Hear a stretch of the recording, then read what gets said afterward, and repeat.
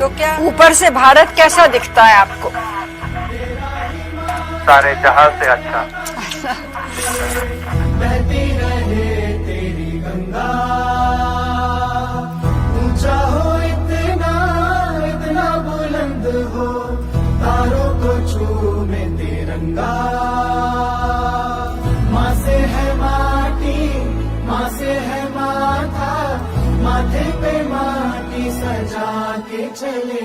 माए चलती रहे बेखौफ हवाएं, लहराते झूमे तिरंगा। आजाद रहे आबाद रहे तू।